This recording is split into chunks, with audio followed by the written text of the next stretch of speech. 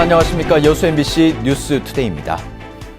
웅천 부영 아파트의 높은 전세가와 임대료가 논란이 되고 있다는 내용 전해드렸죠. 이번엔 부영 측이 아파트를 지을 때마다 제기되는 난림공사 문제와 부족한 사회 환원 사업에 대해 취재했습니다. 김종태 기자의 보도입니다. 여수 웅천지구 부영 아파트. 지난 2013년 12월에 착공한 지 1년 반 만인 다음 달 2,000세대가 넘는 아파트가 들어섭니다. 이미 기반 시설이 갖춰진 공공택지지구에 들어서 공사 기간을 단축했다고는 하지만 아파트 곳곳은 벌써부터 부실 시공의 우려를 낳고 있습니다. 일부 아파트 옹벽은 금세라도 무너질 듯 위태롭습니다. 같은 부영 측이 1년 전에 지은 중림지구 아파트도 벌써부터 잦은 하자로 인해 민원이 계속되고 있습니다. 지하 주차장에 금이 가고 물이 새는가 하면 아파트 방바닥이 떠서 울퉁불퉁합니다. 엄청 많죠. 1년도 안 됐는데 하자가 없는 집이 없고요. 지금 얘기를 해도 몇 달씩 지나고 해도 화를 내고 해야지 자기들 오지. 화 안 내고 그냥 접수만 해놓으면 오지도 않아요. 순천시 조례동 부영 아파트는 지난 2013년 단지 안에 CCTV가 없어 절도 사건이 자주 발생하고 있다며 주민들이 항의하는 사태도 빚어졌습니다. 지금 부영 아파트는 지하 주차장에만 CCTV를 설치하고 나머지 심지어는 엘리베이터도 CCTV를 설치하지 않아서 밤 늦은 시간에 여학생들을 기다리는 어머님들의 침풍경이 일어나고 있는 실태입니다. 부영 측이 아파트를 지어 벌어들인 이익을 제대로 지역에 환원하고 있는지 의문이라는 목소리도 높습니다. 여수에만 10,000세대가 넘는 아파트를 분양하고도 부영이 지역에 내놓은 사회 환원 사업은 그동안 몇 군데 학교에 기숙사를 지어준 것뿐이라는 지적입니다. 부영 아파트가 우리 지역을 위해서 시민들에게 체감할 수 있도록 아파트 가격을 대폭 낮춰주거나 낮춰주지 못한 만큼의 시민들에게 돌아오는 혜택을 주어야 한다고 생각합니다. 서민들을 위한 임대주택 공급을 표방하며 지역을 기반으로 성장해온 부영그룹. 하지만 높은 임대료에 대한 불신과 난림공사 여론마저 팽배해지면서 당초의 기업 이념이 흐려지고 있다는 우려 섞인 목소리가 커지고 있습니다. MBC 뉴스 김종태입니다. 광양시가 어제 시청 상황실에서 나트프레스코 아시아 대표 등 40여 명이 참석한 가운데 중남미 농수산식품 유통 활성화 정책 간담회를 가졌습니다. 이번 간담회에서 에콰도르의 나트프레스코사는 오는 2017년까지 광양항 서측 배후 단지에 2천만 달러 규모의 냉동 냉장 창고를 건립할 것이며 앞으로 광양항이 남미 농식품 수출의 아시아 전진기지가 될 것이라고 밝혔습니다. 특히 광양항의 물동량 유치에도 새로운 성장 동력이 될 것이라며 주당 20피트 컨테이너 100개에 도달하는 시점에 컨테이너선 직항로 개설도 가능할 것이라고 덧붙였습니다. 여수시가 오는 28일 이충무공 탄신 470주년을 기념해 충무공의 어리설인 여수 충민사에서 탄신 제례를 봉행합니다. 탄신제가 거행되는 여수 충민사는 국가사적 제381호이자 최초의 사액사당으로 통영 충렬사보다 62년, 아산 현충사보다 103년 전에 건립된 것으로 알려지고 있습니다. 특히 이번 탄신제에는 이충무공의 휘하부대 집결례를 시작으로 시립국악단의 취타와 사면 육각의 연주가 펼쳐질 예정입니다. 검찰이 중흥건설의 비자금 사건을 수사 중인 가운데 정원주 사장이 어젯밤 구속됐습니다. 횡령한 돈의 사용처를 추적하고 있는 검찰 수사가 탄력을 받을 것으로 보입니다. 200억 원대 횡령 혐의를 받고 있는 중흥건설 정원주 사장이 어제 구속됐습니다. 광주지법 순천지원은 범죄 혐의가 소명되고 도주와 증거인멸 우려가 있다며 영장 발부 이유를 밝혔습니다.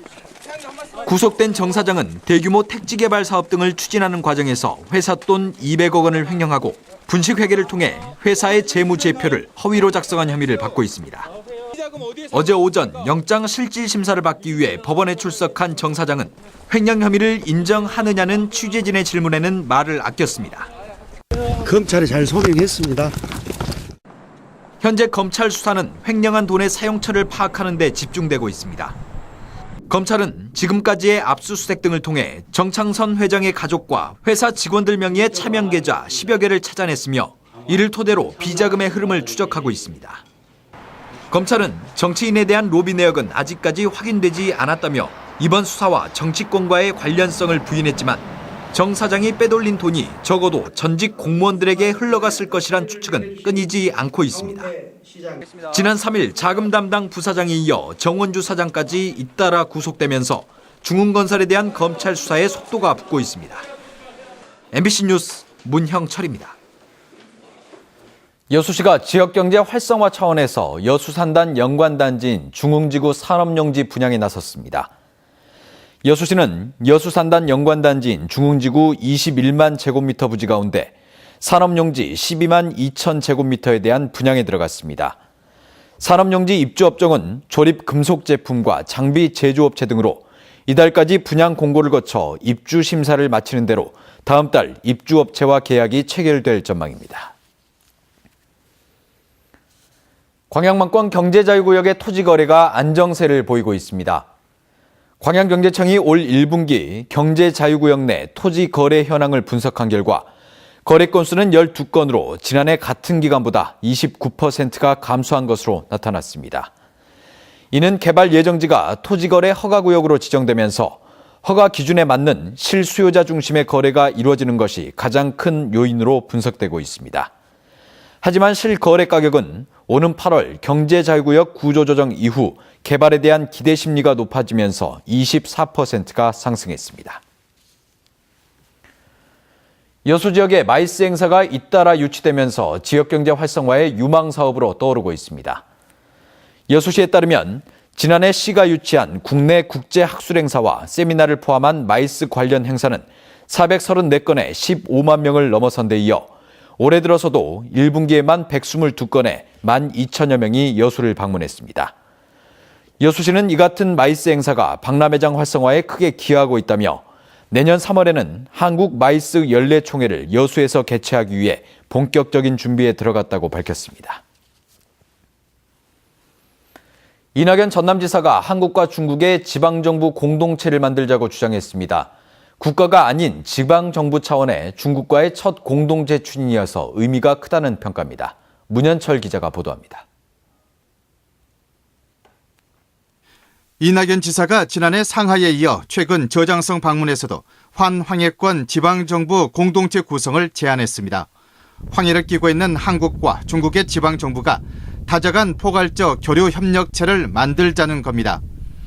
황해연안이 양국의 경제 발전의 중심축으로 떠오르고 경제적 교류도 활발하다며 공동체 출범의 필요성을 강조했습니다. 처음에는 우호교류 협력 사업에서 경제와 관광, 문화예술, 교육, 민간단체까지 확대해 장기적으로 지역 경제 공동체로 발전시키자는 게 목표입니다. 황해를 둘러싼 한중 양국의 지자체끼리 협력 협의체를 가진다면 우리가 함께 논의하고 함께 추진할 수 있는 분야가 대단히 많다고 보았습니다. 한국은 전라남북도와 충청남도, 경기도, 인천시, 제주도가, 중국은 상하이시와 저장성, 산둥성, 장주성, 텐진시, 허베이성이 참여 대상입니다. 환황해권 공동체와 비슷한 사례인 한일해협 연안 시도현 지사 교류회의는 1993년에 발족해 수산과 환경, 관광 등에까지 영역을 확대하고 있습니다. 한중 공동체 구성 제안에 대해 한국은 크게 환영하는 반면에 중국 측은 취지에 공감하면서도 중앙정부와의 협의를 거쳐야 한다는 입장입니다. 지방정부 주도의 환황해권 공동체 출범은 상호 이해관계 조율과 상이한 정치체제 극복 등의 과제가 산적해 있습니다. MBC 뉴스 문현철입니다. 노숙자나 장애인의 이름을 빌려 대포폰을 만들어 파는 수법으로 억대의 부당이득을 챙긴 일당이 무더기로 적발됐습니다. 송정근 기자가 취재했습니다. 노숙자인 47살 백모 씨는 2년 전 자신 명의로 휴대전화 3대를 개통해 한 남성에게 넘겼습니다. 밥과 술을 사주고 돈도 주겠다는 말에 그렇게 한 건데 얼마 뒤 1,000만 원가량 되는 요금 통지서를 받았습니다.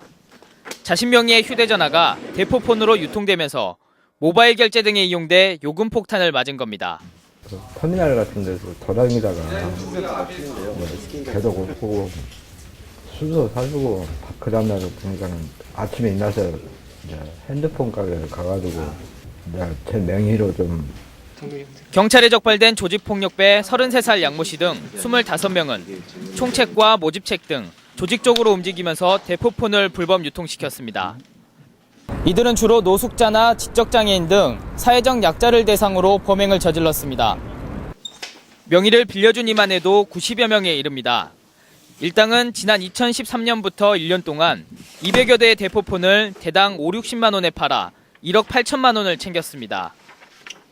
휴대폰을 개통한 다음에 유심칩만 빼가지고 유심칩으로 게임 아이템만 소액 결제해서 편취하고 공기계는 대포폰으로 팔아넘기고 대포폰 200대를 불법 유통한 겁니다.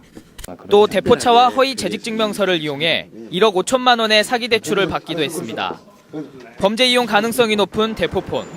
불법으로 유통시킨 일당은 잡았지만 경찰은 대포폰을 누가 사갔는지 어디에 어떻게 사용됐는지를 밝혀내는 데는 실패했습니다. MBC 뉴스 송정근입니다. 고흥군 대서면 안남마을을 어촌 체험마을로 활성화하기 위한 컨설팅 협약이 체결됐습니다. 해양수산부의 어촌 체험마을 컨설팅 지원 사업에 선정된 안남 어촌 체험마을은 한국어촌어항협회와의 협약으로 오는 11월까지 어촌관광 활성화를 위한 컨설팅을 지원받게 됩니다. 안남 어촌 체험마을에서는 청정해역의 갯벌을 이용해 꼬막과 바지락 캐기 등의 어촌 체험은 물론 마늘 캐기 등 농촌 체험이 가능합니다. 갯벌이 우수한 도내 해양 보호구역에 대해 보전 관리 대책이 추진됩니다. 전라남도는 해양 보호구역으로 지정된 순천만 갯벌 등 5곳에 올해 22억 원을 투입해 탐방로와 안전시설을 설치하고 생태계 모니터링과 쓰레기 수거를 실시하기로 했습니다. 전라남도는 또 도내 갯벌 6곳을 해양 보호구역으로 추가로 지정하고 갯벌 자원을 활용해 도시민 유치 방안을 마련할 계획입니다. 광양시가 개인정보의 체계적이고 안전한 보호를 위해 대표 홈페이지를 비롯한 시 산하 홈페이지에 개인정보 차단 시스템을 강화했습니다. 이번에 도입된 개인정보 차단 시스템은 이미 운영 중인 시스템에 외국인 등록번호, 여권번호 등 개인정보 차단 항목을 추가한 것입니다. 광양시는 홈페이지에 있는 기존 데이터에 대해서도 개인정보 전수 검사를 실시해 개인정보 유출 사고를 방지하고 건전하고 안전한 웹사이트 운영에 나섰습니다. 탄력 있는